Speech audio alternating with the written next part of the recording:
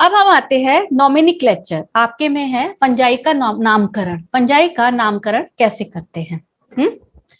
तो फंजाई का ही नहीं, वो हर किसी का है, जितने भी माइक्रो ऑर्गेनिज्म है सबके लिए ये आता है। नॉमिनिक्लेचर क्या होता है? किसी भी ऑर्गेनिज्म का, किसी लिविंग ऑर्गेनिज्म का नामकरण करना, नाम देना, वो होता है नामकरण, नॉमिनक्लेचर। ये जो फंजाई का नॉमेनक्लेचर और क्लासिफिकेशन है वो international code of botanical nomenclature के द्वारा गवर्न होता है। इसके द्वारा इसके नियमों के द्वारा गवर्न होता है।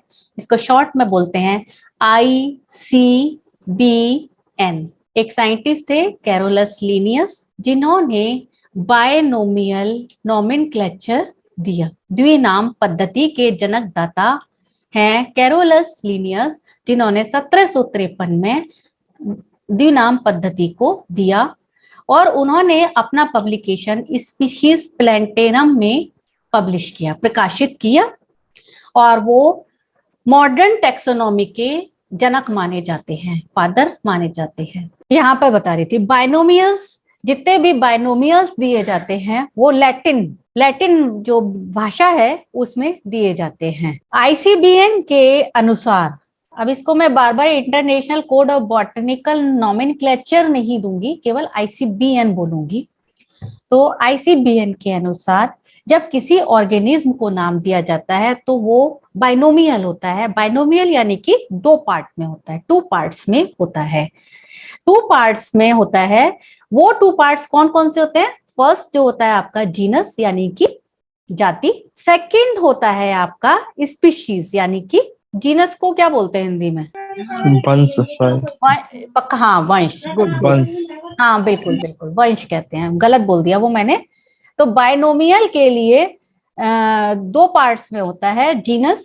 पहला पार्ट होता है आपका जीनस यानी कि वंश, सेकंड पार्ट होता है आपका स्पीशीज यानी कि जाति।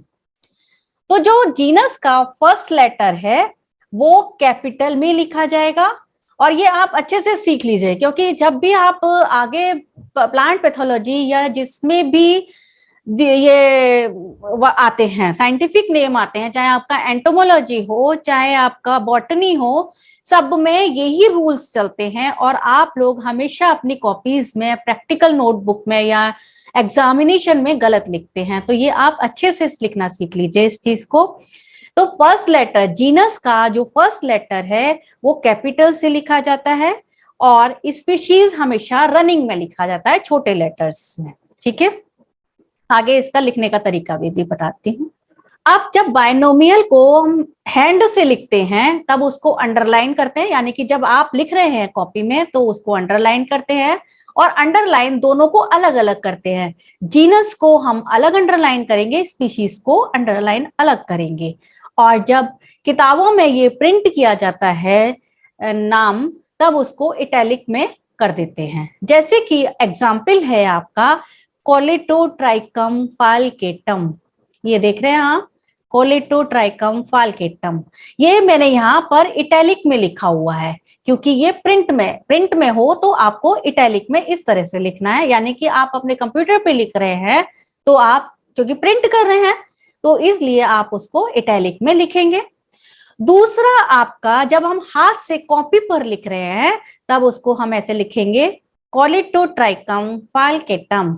मैंने देखो अलग अलग अंडरलाइन किया है। और कोलेटोट्राइकम इसका जीनस है, उसका फर्स्ट लेटर आपका कैपिटल से लिखा है और स्पीशीज का पूरा शॉर्ट स्मॉल लेटर से लिखा हुआ है। ठीक है, क्लियर हो गया। अब इसके बाद आप अब कभी, अभी तो नहीं पढ़ा है लेकिन जब भी आप ऑर्गेनिज्म के नाम पढ़ेंगे तो उसके आगे कई बार आपको साइंटिस्ट कुछ नाम दिखाई देते हैं। तो जैसे कि ये एग्जाम्पल मैंने दिया हुआ है, कोलेटोट्राइकम फाल्केटम वेंट। अब ये वेंट क्या है? ये तो नाम हो गया साइंटिफिक नेम। तो ऑथर्स का नाम, जो ऑथर फंगस को पहली बार डिस्क्राइब करता है या उसका नाम देता है, उसका नाम स्पीशीज के बाद लिखा जाता है। जैसे कि ये फंजाई पहली बार कोलेटोट्राइकम फाल्केटम पहली बार FAFC वेंट ने डिस्क्राइब की, ठीक है। तो कोलेटोट्राइकम फाल्केटम वेंट इसका साइंटिफिक नाम हो गया। लेकिन कई बार आप देखते हैं, जैसे कि आपका फाइटोप्थोरा फंजाई है, वो कई बार उसमें आप देखेंगे दो नाम लिखे होते हैं, जैसे ये फाइटोप्थोरा इन्फेस्टेंस मॉन्ट डी बेरी। अब ये एक अलग साइंटिस्ट है, मॉन्ट डी बेरी एक अलग साइंटिस्ट है। तो इसमें क्या होता है, जो पहली बार ओरिजिनल नाम जिसने दिया होता है उसको हम ब्रैकेट में लिखते हैं। जैसे मॉन्ट थे, मॉन्टेन, साइंटिस्ट मॉन्टेन थे, मॉन्टेन ने इसको नाम दिया था बोट्राइटिस इन्फेस्टेंस। तो इस ऑथर का नाम हमने लिखा ब्रैकेट में, पैरेंथेसिस में। जो और अब प्रेजेंट नेम जो फाइटोप्थोरा है वो किसने दिया, डिबेरी ने, एंटोन डिबेरी ने। इन्होंने सेकंड इसको अब ट्रांसफर किया, तो प्रेजेंटली जो फाइटोप्थोरा जाना जाता है वो दिया डिबेरी ने, एंटोन डिबेरी ने।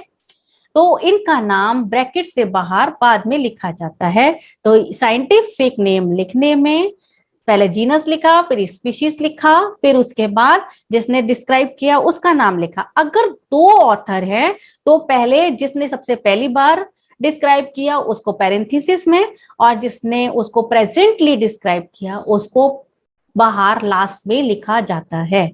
ठीक है, क्लियर हो गया यहां तक। अब कई बार आप देखते हैं त्रिनाम पद्धति होती है, तीन नाम उसमें दिखाई देते हैं। तो उसमें क्या होता है, तीन पार्ट वाले नाम जब होते हैं किसी साइंटिफिक नेम में, तो उसमें क्या होता है, पहला पार्ट तो जीनस होता है, दूसरा पार्ट स्पीशीज होता है, और थर्ड पार्ट उसकी वैरायटी होती है या पैथोवार होता है ना।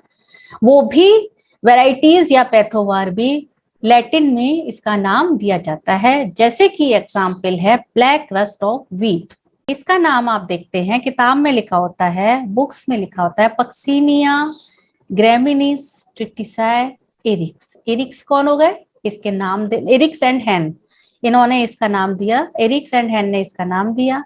पक्सिनिया इसका जीनस हो गया, और ग्रेमिनिस इसकी स्पीशीज हो गई, और पैथोवार हो गया ट्रिटिसाई। किस पे ये अटैक करता है, गेहूं पर, है ना। तो ये हो गया ट्रिटिसाई। इस तरह से कुछ माइक्रो ऑर्गेनिज्म के लिए हम त्रिनाम पद्धति का भी यूज करते हैं।